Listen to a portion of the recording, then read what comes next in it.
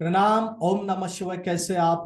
आज हम देखने वाले हैं पेंडिंग कर्मास के बारे में कि पेंडिंग कर्म को किस तरीके से देखना चाहिए, कौन से फैक्टर्स है जिन्हें हमें कंसिडर करना चाहिए। तो पहला प्रश्न आता है कि पेंडिंग कर्मास क्या है। देखिए, पेंडिंग कर्मा को समझने के लिए आपको हिंदू फिलॉसफी के दो कंसेप्ट को समझना होगा। वो है, पहला है कर्म सिद्धांत का और दूसरा है पुनर्जन्म का सिद्धांत। ये बहुत बड़े कंसेप्ट है, भगवत गीता में इसके बारे में डिटेल में बताया गया है, लेकिन मैं शॉर्ट्स में बता देता हूँ। देखिए, पुनर्जन्म क्या है, यानी कि आत्मा के, मनुष्य के इससे पहले भी बहुत सारे जन्म हुए हैं।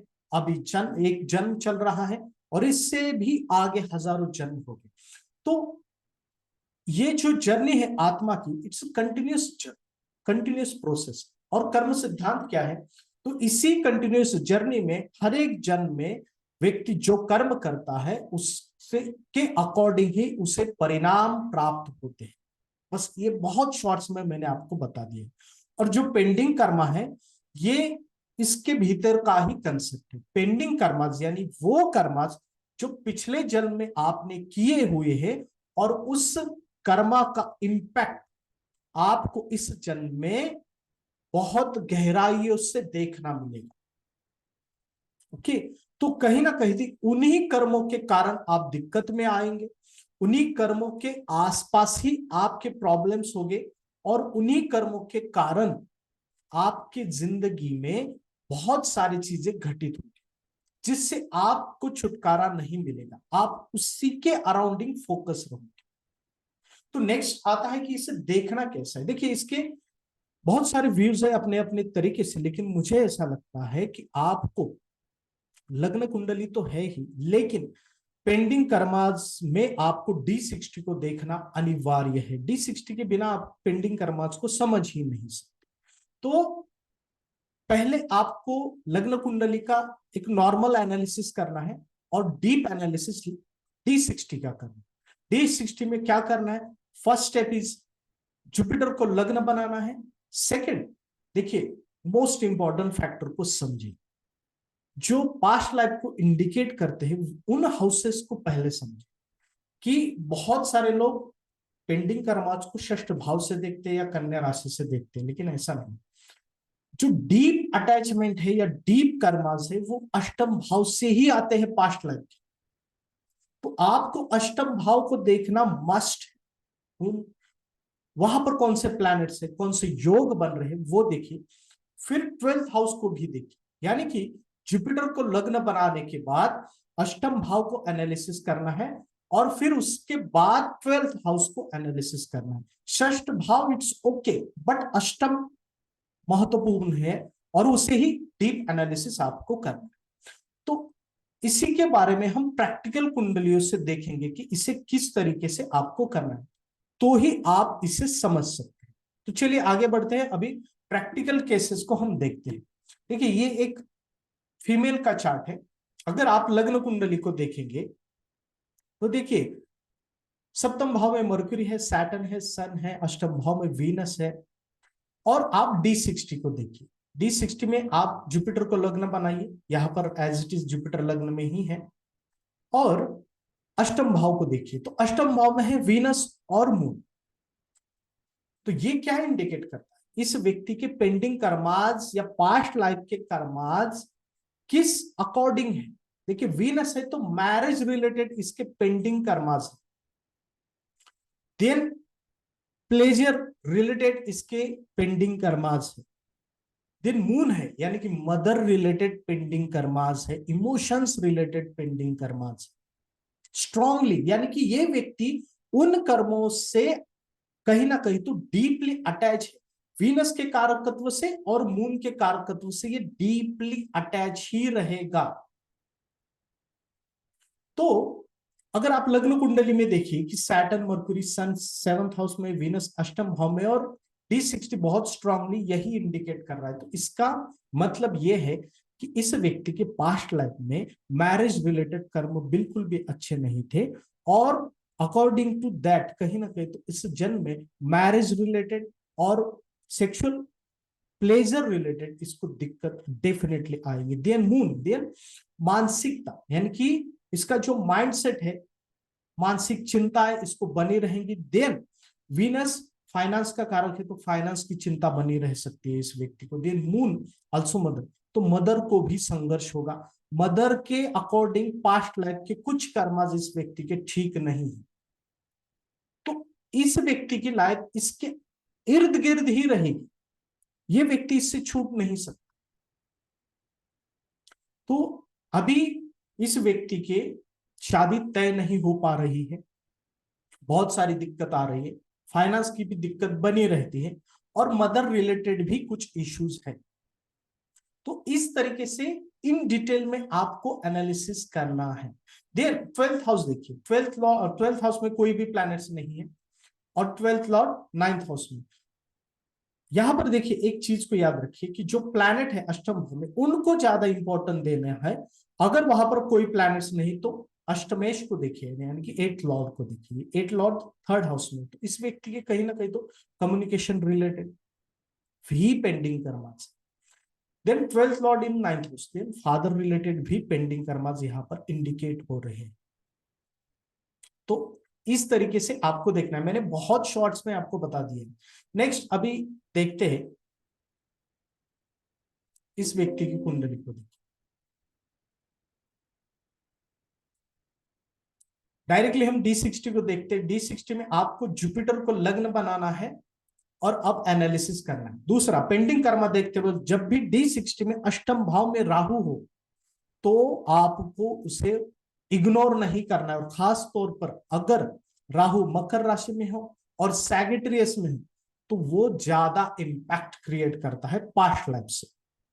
इस वक्त जब भी राहु अष्टम भाव में है, तो अष्टमेश को देखिए, तो यहां पर अष्टमेश सैटर्न है, सैटर्न 10th हाउस में है, और कॉम्बिनेशन देखिए सैटर्न मार्स और सन का कॉम्बिनेशन है, जो बिल्कुल भी सही नहीं। तो इस व्यक्ति का पेंडिंग कर्माज रिलेटेड टू इसके जॉब बिजनेस बहुत स्ट्रांग है। तो इसके परिणाम स्वरूप इस व्यक्ति को जॉब में बहुत संघर्ष करना पड़ेगा, स्ट्रगल करना पड़ेगा, अप एंड डाउन्स देखने पड़ेंगे। It's clear why? Because past life के कर्माज उस रिलेटेड सही नहीं,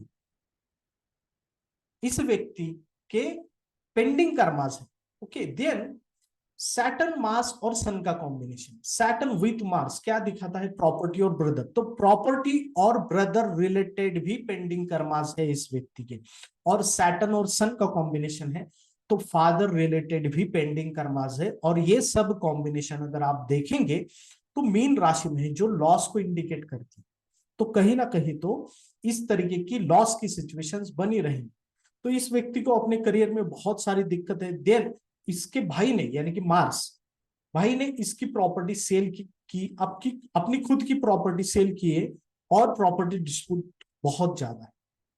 सन फादर है, तो फादर रिलेटेड भी बहुत सारी चीजें हैं। ओके, देन यहां पर देखिए अष्टम भाव के ऊपर वीनस की भी एस्पेक्ट है, और वीनस 12th लॉर्ड है, तो वीनस सेकेंड हाउस से एस्पेक्ट कर रहा है। तो इसका मतलब ये है कि फाइनेंशियल लॉस और फाइनेंस रिलेटेड भी पेंडिंग कर्मास इस व्यक्ति के हैं, यानी कि इसको बहुत सारे लोगों के ऋण है इसके ऊपर फाइनेंस के, यानी कि कर्ज बना रहेगा। इस तरीके से आप पेंडिंग कर्मास से प्रिडिक्शंस कर सकते हैं, समझ सकते हैं कि इस जन्म में इस व्यक्ति को किस एरिया में दिक्कत आएगी, वो कौन से एरियाज होंगे, और वहां पर कौन सी रेमेडीज करनी चाहिए। इस तरीके से आप समझ सकते हैं, और इससे कौन सी रिस्क लेनी है नहीं लेनी है। अगर ये व्यक्ति आपको कहे कि क्या मैं बिजनेस कर सकता हूं, तो बिल्कुल भी नहीं। अगर ये बिजनेस करेगा तो पास्ट लाइफ के पेंडिंग कर्मा जो है, ये इसे पूर्ण रूप से पकड़ लेंगे, जकड़ लेंगे। तो ये गाइडेंस का पार्ट है कि आप किस तरीके से गाइड करें। देन नेक्स्ट अगर आप देखेंगे, तो इस व्यक्ति के जुपिटर को लग्न बनाना है, फर्स्ट है। देन अब देखिए, अब अष्टम भाव को देखिए, अष्टम भाव में कोई भी प्लैनेट्स नहीं है, तो आपको अष्टमेश को देखना है। अष्टमेश है Venus, it Lord is Venus in 4th house with Mars and Saturn. तो 8th हाउस में कौन सी प्लैनेट राशि है, टॉरस को देखिए, टॉरस को भी समझिए। तो टॉरस 8th हाउस में है, तो इसका मतलब है कि कहीं ना कहीं तो फाइनेंस रिलेटेड इस व्यक्ति के पेंडिंग कर्मास है।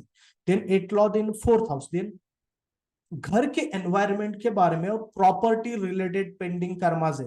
देन वीनस विथ मार्स, सो ये क्या इंडिकेट करता है कि कहीं ना कहीं तो भाई के रिलेटेड भी पेंडिंग कर्मास और एस्पेक्टेड बाय सैटर्न, यानी कि करियर रिलेटेड भी पेंडिंग कर्मास है इस व्यक्ति।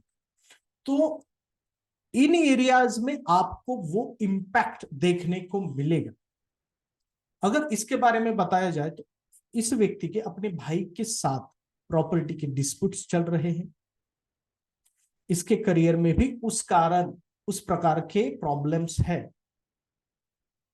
तो ये आप झट से समझ सकते हैं। देन नेक्स्ट आप 12th हाउस को देखिए, देखिए 10th लॉर्ड 12th हाउस में कौन है, केतु और मून एक साथ है, और मून 10th लॉर्ड है।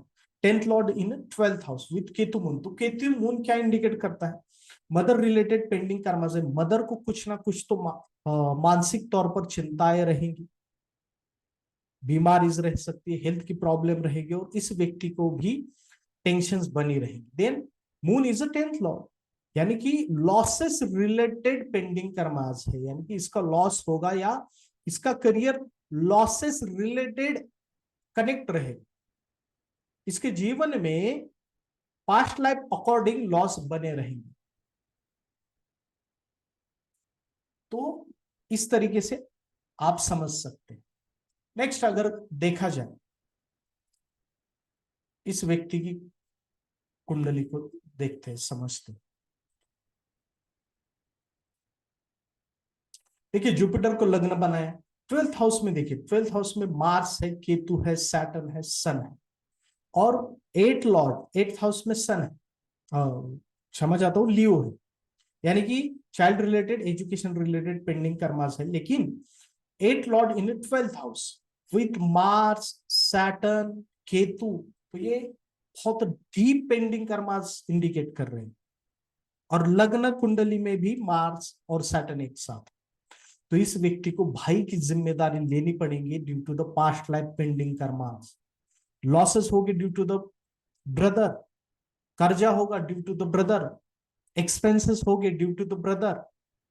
देन सन सैटर्न का भी कॉम्बिनेशन है, यानी कि करियर में भी दिक्कत आएगी ड्यू। ओके, इस तरीके से आप समझ सकते हो। फादर के इमेज को प्रॉब्लम हो सकता है, इस व्यक्ति की इमेज को भी प्रॉब्लम हो सकता है ड्यू टू द सन की। तो इस तरीके से आप इन डिटेल में जान सकते हैं, देख सकते हैं, बहुत ही डीप एनालिसिस में जाकर आप इन चीजों को भी देख सकते हैं। देन ये इस कुंडली को आप देखिए, जुपिटर सैटर्न लग्न में है और 8th में राहु है। जो मैं आपको बताना चाहता हूं कि राहु 8th हाउस में जुपिटर से, और वो भी D60 में बहुत डीप पेंडिंग कर्मास को दिखाता है। देखिए 8 लॉर्ड जुपिटर है, वो भी लग्न में है, तो ये व्यक्ति का पूरा जीवन ही पेंडिंग कर्मास रिलेटेड रहेगा। और विथ सैटर्न, तो ये क्या इंडिकेट कर रहा है कि करियर रिलेटेड पेंडिंग कर्मास होगी इस व्यक्ति के। और ये राहु जो है वो राहु केतु के नक्षत्र में है, अष्टम भाव में जो राहु, और केतु सेकंड हाउस में D60 में, तो फाइनेंस रिलेटेड ब्रेक्स लगेंगे, सेटबैक रहेगा due to the pending karmas. तो इन रिलेटेड इसका जीवन इस कारकत्व के अकॉर्डिंग ही आपको मिले। तो अब प्रश्न ये आता है कि इसके ऊपर सबसे बेस्ट रिमेडीज क्या है। देखिए रिमेडी ये कि जो प्लैनेट्स आपको पेंडिंग कर्मा इंडिकेट कर रहे हैं उस प्लैनेट रिलेटेड आप रिमेडीज कीजिए। ओके, पहली है कि देखिए रिमेडीज में ये कहूंगा कि निरपेक्ष भाव से सेवा करना, यही सबसे बड़ी रिमेडी होती है पेंडिंग कर्मास के बारे में। अगर मार्स भाई के रिलेटेड पेंडिंग कर्मास तो ठीक है, निरपेक्ष भाव से कीजिए, कोई भी रिटर्न की अपेक्षा मत रखिए, और जो चीजें हो रही है उसे एक्सेप्ट कीजिए, क्योंकि कहीं ना कहीं तो पास्ट लाइफ से ये कनेक्टेड है। यही सबसे बड़ी रिमेडी। और जो चीजें हो रही है due to the pending karma, उससे एक्सेप्ट करना और आगे जाना, यही सबसे बड़ी रिमेडी है। और दूसरा, इसके ऊपर सबसे बड़ी रिमेडी होती है, चाहे कोई भी पेंडिंग कर्मस क्यों ना हो, डेली ओम नमः शिवाय का जाप 30 मिनट तक करना, यानी कि आधा घंटा, ये सबसे बड़ी रिमेडीज मुझे ऐसा लगता है। और डेली किसी ना किसी मंदिर में विजिट करना, ये भी बहुत अच्छी रिमेडीज है। तो आज के लिए बस इतना ही, फिर मिलते हैं नेक्स्ट वीडियो में। प्रणाम, ओम नमः शिवाय।